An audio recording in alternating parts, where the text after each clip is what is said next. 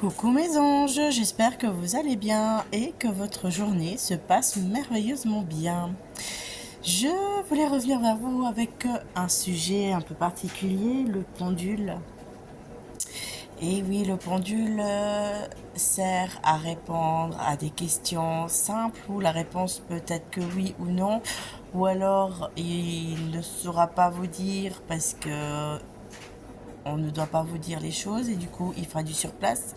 Mais en principe, c'est vraiment oui ou non. Il n'y a pas d'autre, il n'y a pas plus il va pas pouvoir aller plus dans les détails.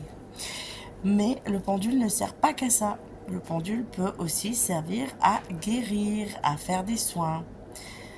Alors attention, quand je dis guérir, c'est vraiment guérir dans le sens aider à apporter des soins, pas c'est pas enfin il va pas faire de miracle non plus.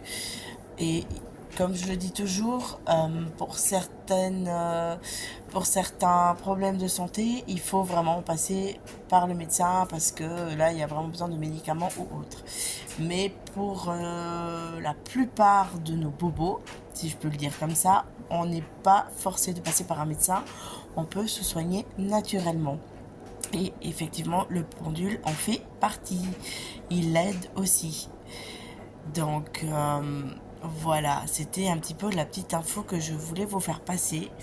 Euh, Essayez une fois, ça peut peut-être vous faire du bien de vous faire un soin par le biais du pendule, hein, ne sait-on jamais. Tout ce qui est médecine douce peut vraiment aider. Euh, Parce que souvent, on va vous donner en médecine générale des médicaments, plein de choses, et c'est pas ça qu'il faut. Donc, il y a vraiment plein de choses à découvrir dans ce monde de soins énergétiques, de soins naturels. Il faut juste ouvrir les oreilles, ouvrir les yeux et se laisser un petit peu porter par la vague pour voir qu'est-ce qui pourrait vous apporter et vous faire du bien. Après, quand vous décidez de vous acheter un pendule, je l'avais déjà dit, mais je vais le répéter, il ne faut pas choisir un pendule par le biais de « Ah, il me plaît, oh j'aime sa couleur, oh j'aime ci, oh j'aime ça ».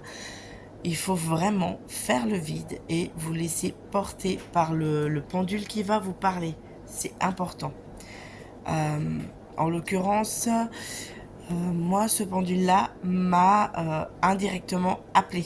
C'est pour ça que je l'ai pris et ça fait des années maintenant que je travaille avec.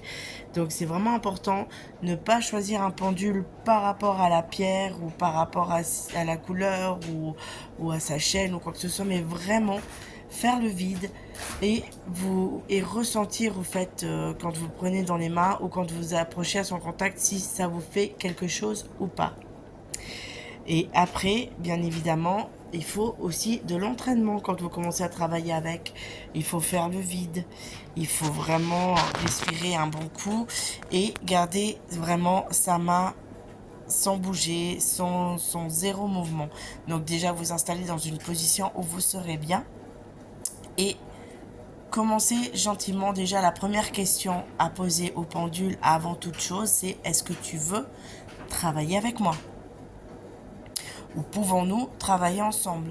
Parce que si le pendule n'est pas en mood ou si l'univers ou les énergies actuelles ne veulent pas, eh ben, il ne faut pas forcer.